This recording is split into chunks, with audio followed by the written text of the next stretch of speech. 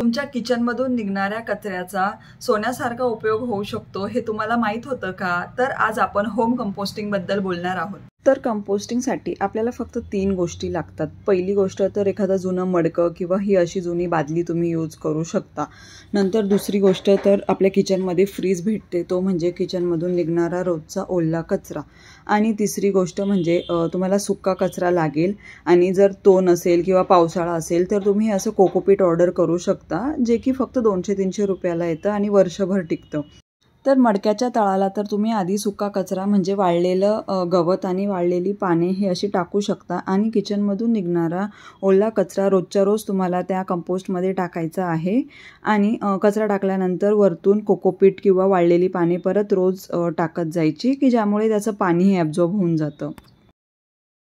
आणि ते कंपोस्ट कशाने तरी झाकून ठेवायचं, म्हणजे त्याच्यावर माशा किंवा किडे भिनभिनणार नाही आणि 2-3 महिन्यानंतर तुम्हाला हे असं घरगुती खत तयार झालेलं भेटेल। आणि मेन म्हणजे तुमचा कचरा असा लँडफिलमध्ये सडायलाही जाणार नाही। So it's a win win situation for. मी 2 वर्षापूर्वी इंस्टाग्रामवर असाच एक व्हिडिओ बघून माझी कंपोस्टिंग जर्नी सुरू केली होती। कधी वाटलंही नव्हतं की माझा व्हिडिओ बघून कोणी नवीन प्रवास सुरू करेल। चला तर मग तुम्ही कंपोस्टिंग कधी सुरू करताय नक्की सांगा।